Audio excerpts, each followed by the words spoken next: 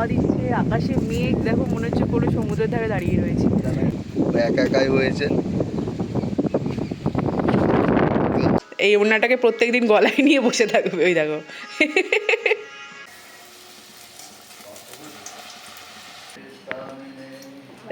তরকারি দিয়ে কাশনি কেন?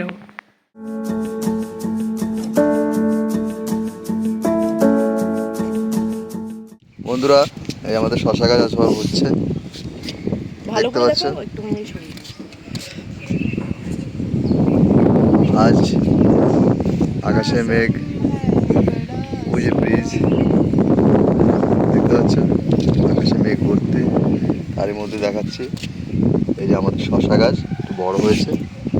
এইটু গাছেই দেখো কি সুন্দর ফুল ছেড়েছে, দেখে যাও। হবে ওটা? কেন হবে না, সবই হবে।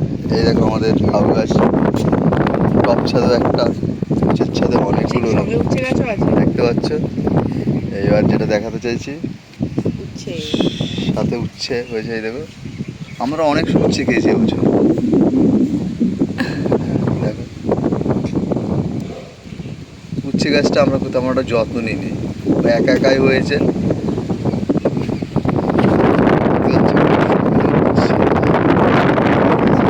প্রচণ্ড পরিমাণ হাওয়া দিচ্ছে, তোমরা গাছপালা দেখলেই বুঝতে পারছো কি পরিমাণ হাওয়া দিচ্ছে। আর ওই যে লাউ এসছে, লাউয়ের লাউ এসছে, ওইটা তো বড়, অনেকটা বড় হয়েছে। ওই যে আমি দেখাতে দিন না।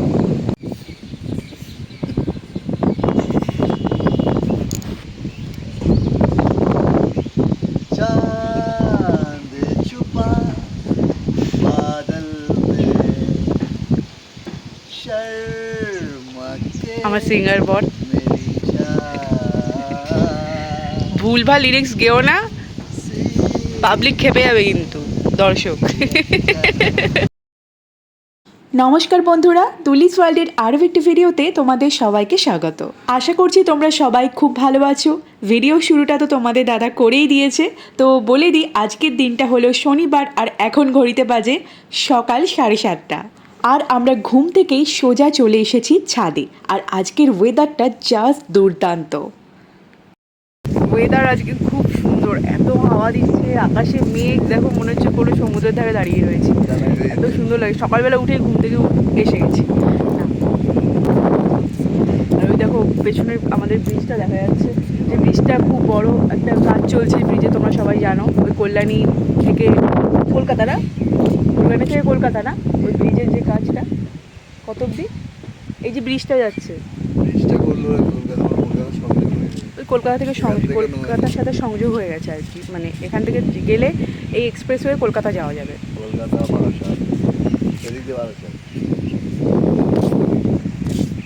আর মনে হয় বৃষ্টি হবে না, যতদূর সম্ভব বৃষ্টি না হলেই ভালো। গাছপালার অবস্থা খুব খারাপ।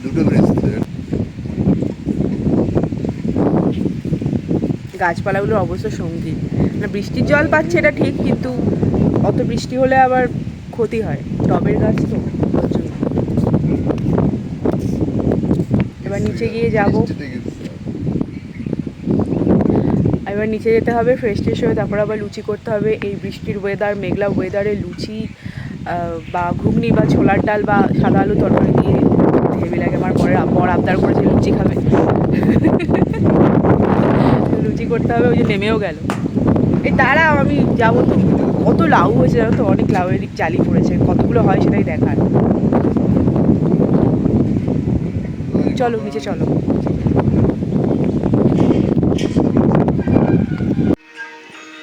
Good morning.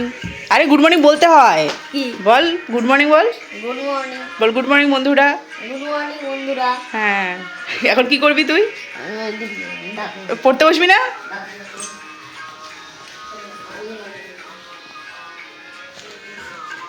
এই বিছানাপত্র রয়েছে, এখন বিছানাপত্রগুলো গুছাতে হবে। এই যে বিছানাপত্রের অবস্থা, আর দেখো কি অবস্থা এখান দিয়ে। বাইরে বৃষ্টি পড়ছে, সব এই ঘরের মধ্যেই জমা হয়েছে, আর এগুলো এখন গুছাতে হবে। বিছানা গুছিয়ে তারপর রান্নাঘরে যেতে হবে, রান্নাঘরে গিয়ে লুচি করতে হবে। চলো, আবার কপিরাইট এসে যাবে, গান চল।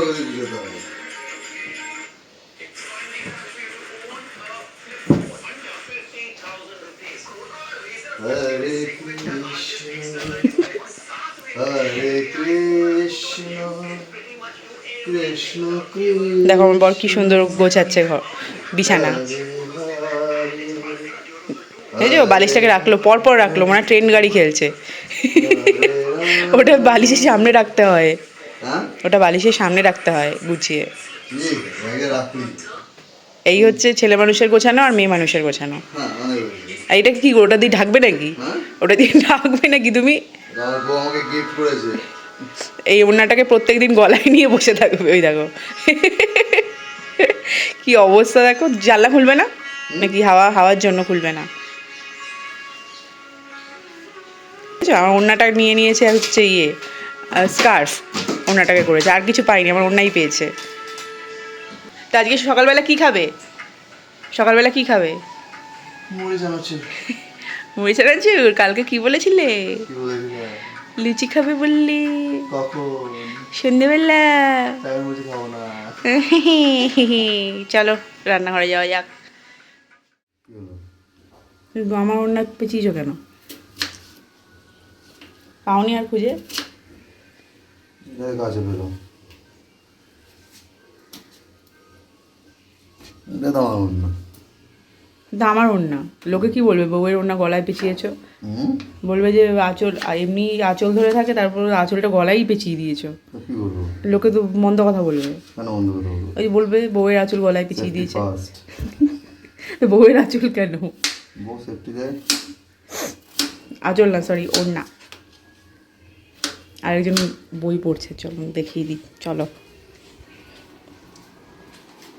পড়তে বসেছে। খুব পড়ুনি আমার, পড়তে বসেছে। যেই পড়া হয়ে যাবে, বাবার কাছে পড়া হয়ে যাবে, অমনি ওর পড়া শেষ। মিশরের পরীক্ষা আছে পরের মাসে, ওই জন্য স্টাডি করতে বসেছি সকালবেলা। কটা লুচি খেতে পারিস তুই?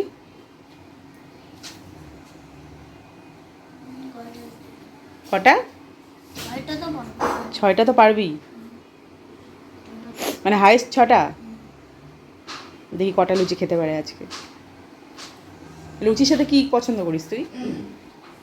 যে কোনো মাংসের তরকারি, বুটের তরকারি। আলুর তরকারি হচ্ছে তো।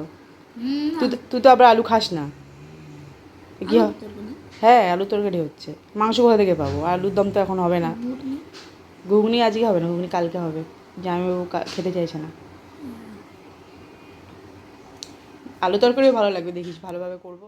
এই যে আমার ভাইটিকে তোমরা দেখলে, এটা হচ্ছে আমার কাকার ছেলে, আমার নোয়া কাকার ছেলে। আমার হচ্ছে 4 কাকা, তো এটা নোয়া কাকার ছেলে। তো ওর যেহেতু মিশনের পরীক্ষা আছে অনেকগুলো, তো স্টাডি করার জন্য, মানে পড়াশোনা করার জন্য আমার বাবার কাছে এসেছে। আমার বাবা এককালে অনেক টিউশনি পড়াতো আর খুব ভালো পড়ায়ও। আর ওদিকে তোমাদের দাদা, মানে আমার বড় জিকেতে আর অঙ্কেতে খুব ভালো, তো ওর জন্য ও এখানে পড়তে এসছে। এমনিও ঠাকুমা ছানি অপারেশনের জন্য আসতেই হতো, আর 20-25 দিন মতো থাকবে বলেছিল। তো সেই সুবাদে ওর পড়াটাও হয়ে যাবে এখানে কদিন থাকলে। ওর জন্য ওখানে ও স্কুল কামাই দিয়ে এখানে পড়তে এসেছে। কিন্তু ও এত ফাঁকিবাজ, মানে পড়তেই চায় না। অবশ্য সব বাচ্চা এরকমই হয়, পড়তে অনেকেই চায় না। আমিও ছোটোবেলায় পড়তে চাইতাম না, কিন্তু ও খুব ফাঁকিবাজ, জানো তো। একটুও পড়তে বসতে চাইবে না, একটুখানি পড়ার পরে টিভি দেখবে, তারপরে আর মানে নিজে থেকে যে বসার একটা আগ্রহ, সেটা ওর মধ্যে একদমই নেই। কিন্তু জোর করে পড়াতে বসাতেই হবে, কারণ মিশনের যে কটা পরীক্ষাও আছে, সব কটা পরীক্ষা দেওয়ার পরে যদি যে কোনো 2টো বা 3টেতে বা একটাতে চান্স পেলে খুবই ভালো হয়। কারণ ও যেহেতু গ্রামে থাকে, ওখানে না স্কুল কলেজ অনেক দূরে দূরে, স্কুল বলো হাই স্কুল বলো অনেকটা দূরে, তো ওখানে থাকলেও পড়াশোনাটা হবে না আমার মনে হয়, বা ওর মা বাবারও মনে হয়, আমার কাকা কাকিমার। তো তার জন্য আমার কাকা বলছিল যে যদি একটা মিশনে অন্তত চান্স পেয়ে যায় তাহলে খুবই ভালো হয়। তো এখানে ব্রেকফাস্টের প্রিপারেশন তো শুরু হয়ে গেছে। সাদা আলু তরকারি করব ভাবছিলাম, কিন্তু সাদা আমার দ্বারা হয়ই না। যতই সাদা আলু করতে যাই না কেন, একটুখানি হলুদ আমাকে দিতেই হয়, কারণ ওই সাদা সাদা আলু তরকারি না আমি দেখতে পারি না। খেতে ভালো হয়, কিন্তু একটু হলুদ না দিলে আমার মনটা কেমন কচকচ করে। তো তার জন্য আমি একটুখানি, জাস্ট সামান্য একটুখানি হলুদ দিয়েছি, তাতেই দেখো কালারটা কত সুন্দর চলে এসেছে। তো যাই হোক, সাদা বলো বা একটুখানি হলুদের তরকারি বলো, করা হয়ে গেছে। আর এখন করব হচ্ছে লুচি।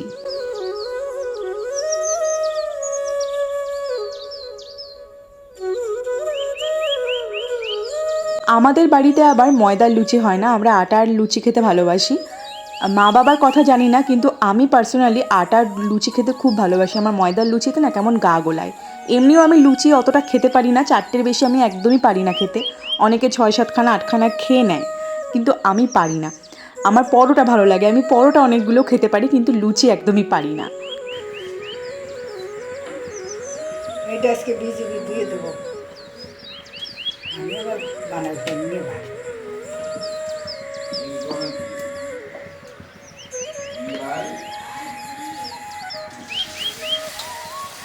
হচ্ছে না, ওই আমি বানাই দেন, দাদা তুমি ভাজো। দে তুই বানা। আমি যখন লুচি করছিলাম, মানে বেলছিলাম আর ভাজছিলাম, তো আমি ঠাকুমাকে বলছিলাম যে তুমি একটুখানি বেলে দাও, আমি ভাজি, তাহলে খুব তাড়াতাড়ি হয়ে যাবে, কারণ লুচির সংখ্যা অনেক। আমি যদি একা ভাজি আর বেলি না, তাহলে অনেকটা সময় চলে যাবে, গরম গরম লুচিগুলো চুপসে যাবে, ফুলকো ফুলকো যে লুচিগুলো হয়। তো তার জন্য আমি বলছিলাম যে তুমি বেলে দাও, কিন্তু ঠাকুমা বেলতে গিয়ে দেখছি তেড়া বাঁকা করে ফেলছে। তো ঠাকুমা বলছে যে আমি লুচি বেলতে পারি না, তুই বেল, আমি ভাজি। তো আমিই বেলছি, আমারও একটুখানি তেড়া ব্যাকা হচ্ছিল, কিছু কিছু লুচি গোল হচ্ছিল, আবার কিছু কিছু তেড়া ব্যাকা হচ্ছিল। তো এই লুচি বেলাটা আমার ভালো লাগে না, রুটি তাও গোল হয়, এই লুচি ভাজতে গেলেই একটুখানি বাঁকা, একটুখানি সোজা এইরকম ধরনের হয়। তো যাই হোক, সেই তো পেটেই যাবে, তেড়া ব্যাকা হোক বা গোল হোক কোনো ব্যাপার না। আর তেলে দেওয়ার পর যখন লুচি একদম ফুলকো ফুলকো হয়ে যায়, তখন কিন্তু মনেই হয় না যে কোনটা বেঁকা, সবগুলোই গোল গোলই লাগে। আর এই ফুলকো লুচি দেখে আমার একটা কথাই মনে পড়ছে, তোরা দেখবি আর লুচির মতো ফুলবি। প্রায় প্রত্যেকটা লুচি ফুলেছে 2-1টা বাদে। একটা ব্যাপার তোমরা বিশ্বাস করবে কিনা জানি না, আমি ফার্স্ট টাইম মানে প্রথম লুচি ভেজেছিলাম।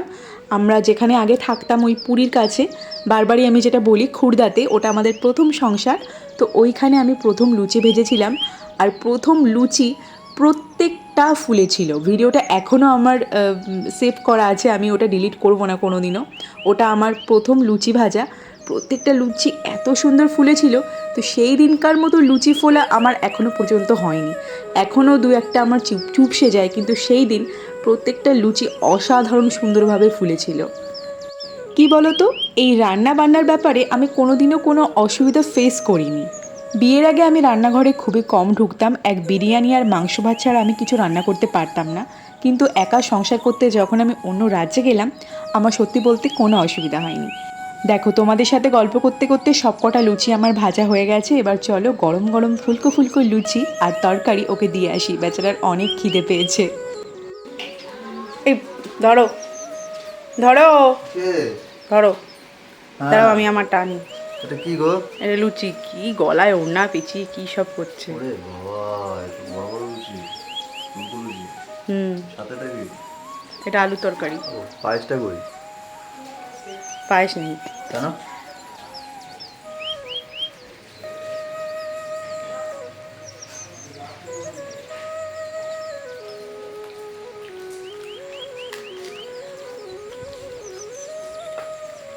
আহা, অসাধারণ। বাইরে বৃষ্টি, মুখে মুখ। বাইরে বৃষ্টি পড়ছে আর আমরা লুচি।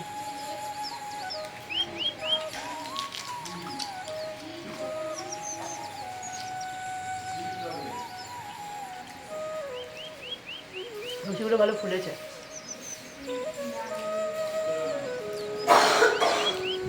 পুরো ফুলকো লুচি। আস্তে আস্তে যাচ্ছে। লুচি কেমন লাগছে? তোর তরকারি দিয়ে কাশনি কেন? খেয়ে দেখেছিস? তরকারি দিয়ে আগে খেয়ে দেখেছিস একটু? খেয়ে দেখবি তো আগে কেমন লাগে।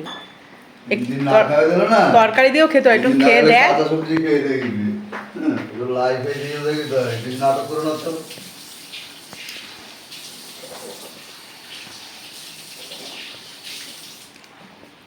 তিন না খাইতে দিলে দেখবে সব খেয়ে দেবে, কাঁচা আলু এনে দেবে। নাটক করে বাচ্চা করবো না, নাটক করে